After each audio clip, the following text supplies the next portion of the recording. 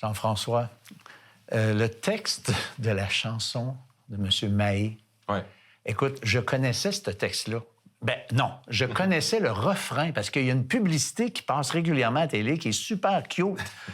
Puis là, de voir le couplet avec une si grande profondeur, puis moi, je trouve un cri du cœur par rapport à, bon, je vais dire le bonheur, mais à être rassasié, la vie qui ne satisfait pas, même s'il a tout essayé, je trouve ça vraiment pathétique, bouleversant à la rigueur. Oui, surtout bouleversant, je pense. Puis c'est pour ça que je voulais utiliser cet extrait-là, parce qu'il représentait tellement un phénomène qui est répandu.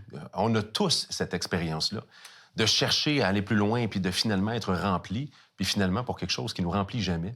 Et c'est d'autant plus important le message que Jésus nous apporte, parce que je pense que son étendue est mondiale. Tout le monde vit ce phénomène-là, et c'est à tout le monde que s'adresse aussi la réponse de Jésus qui dit « Je suis le pain de vie, celui qui me suit n'aura plus faim, et celui qui croit en moi n'aura plus soif. » Mais écoute, vite, là, es-tu capable de répondre à la question suivante?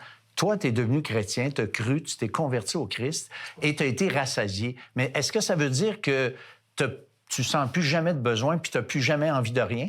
C'est une bonne question. Les besoins, on les sent encore. C'est juste qu'il y a un trou existentiel à l'intérieur de nous qui est définitivement comblé.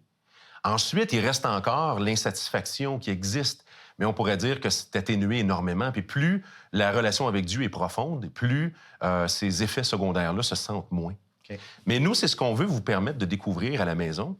Et puis, par les émissions, bien sûr, mais il y a d'autres ressources qu'on vous présente dans lesquelles vous pouvez continuer d'approfondir et d'assouvir la soif. Et aujourd'hui, on vous présente « Je suis deuxième ».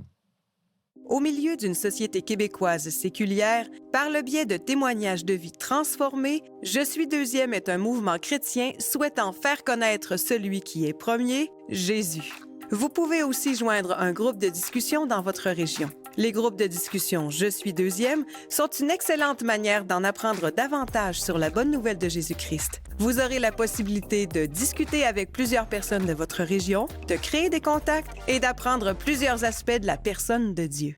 Alors voilà, c'est tout pour cette semaine. Merci d'avoir été là. Merci Jean-François. Et puis nous, on vous convie pour la semaine prochaine pour une autre émission de l'heure de la bonne nouvelle. C'est pas parce qu'il y a une porte qu'on peut nécessairement y entrer. Cet endroit-là qu'on appelle le ciel fait partie des endroits qui ont un accès réservé. Adam et Ève ont désobéi au seul commandement que Dieu leur avait donné. Et qu'est-ce que Dieu a fait suite au péché qui est entré dans le monde? Dieu les a mis à la porte. Ouais. Il les a mis à la porte du paradis. Quand Dieu il a chassé Adam et Ève, il les a mis dehors, il a tout de suite lui-même prévu une nouvelle porte pour pouvoir retourner dans sa présence un jour. Et cette porte-là, c'est Jésus-Christ.